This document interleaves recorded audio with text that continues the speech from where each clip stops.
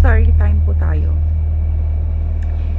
First po, how to merge yung sa work history natin sa SSS. Una po kasi, before kasi noon, kaya ako pumunta ng SSS para sa pa-merging sa mga work history ko noon. So, lahat yun, lahat ng mga kumpanya na pinagtrabahuan ko na meron akong contribution, talagang inisikaso ko siya.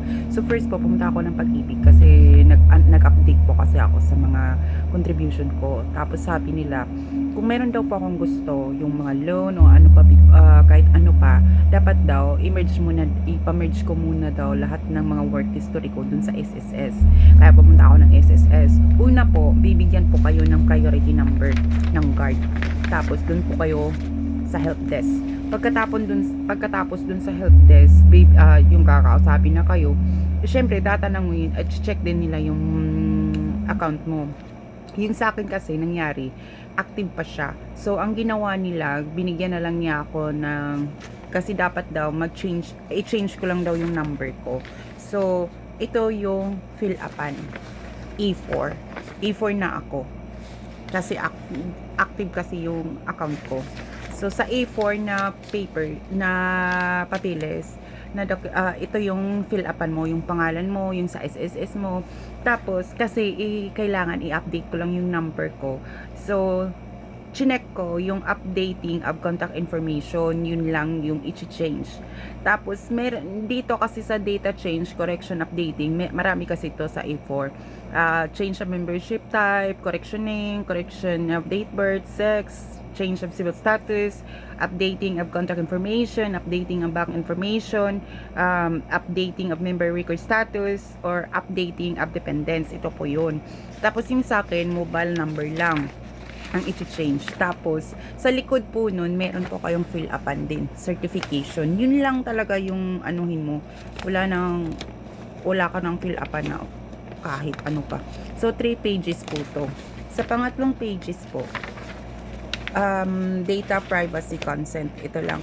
Pagkatapos nito, 2 copy yung hihingi nila. Kasi sa A4. Isa po para sa kanila at ang isa para sa'yo. Tsaka, original and photocopy ng ID mo, dalawa-dalawa.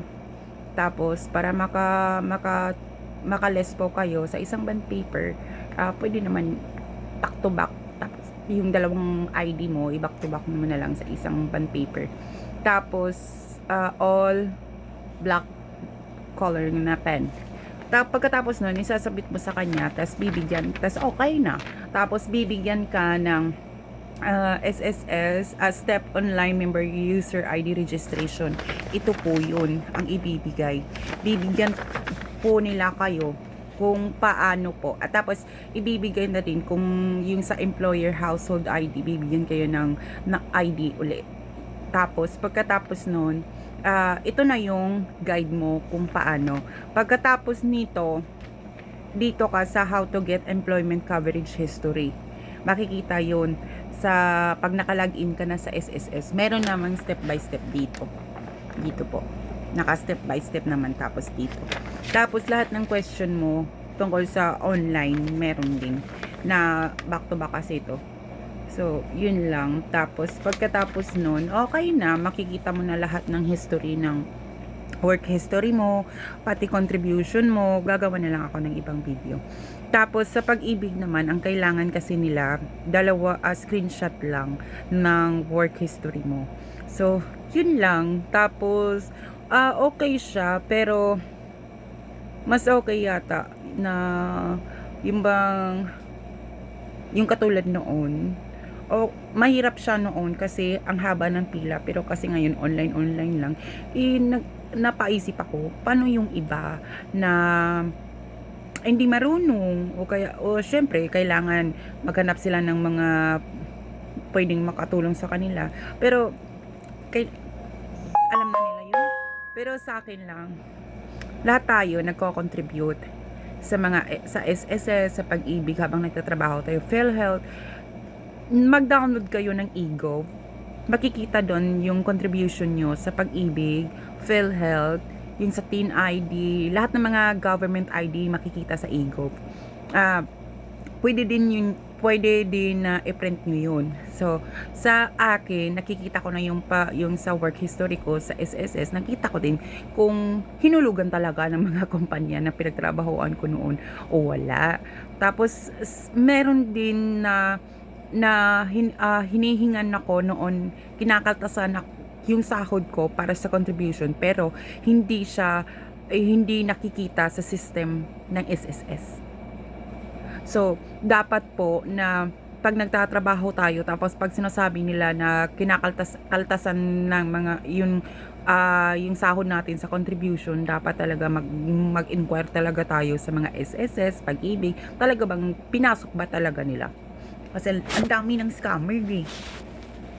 Tapos kasi dito sa SSS, pag naka 120 yata, nakalimutan ko, basta pag 120 or 100 na contribution mo ata, basta ganun, kasi yung sa akin kasi 35 lang eh.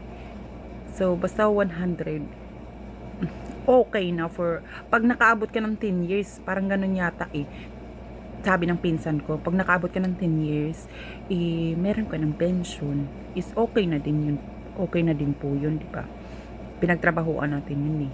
Tapos sa Pag-ibig naman, kailangan talaga na maging aware po tayo kung ilan po yung contribution natin. So, kailangan mag-download kayo ng e-gov, makikita nyo yung mga contribution nyo doon. Tapos, mag-ask kayo kung ano yung mga dapat gagawin. Tapos, kasi ako self-employed. So, ang kailangan, maghuhulog pa rin ako sa Pag-ibig, SS, at saka sa PhilHealth. Kasi, yung sa akin, kasi mga alam mo na, mga business na kaunti. So, kailangan consistent pa rin yung paghuhulog ko doon para kasi lahat tayo aabot na magiging matanda tayo eh, syempre dapat paghandaan natin kasi hindi natin alam kung ano yung mangyayari sa yung bukas, kinabukasan, yung mga ganun natin. So, kailangan paghandaan natin para yung mga nasa yung pamilya natin okay pa din kung sakali, 'di ba? Kasi yung mga benefits ng SSS, PhilHealth, Pag-ibig at lahat ng mga government na establishment na nagko-contribute tayo sa atin yun, pera natin yun, pinaghirapan natin yun. Kaya kailangan dapat aware po tayo. Thank you po.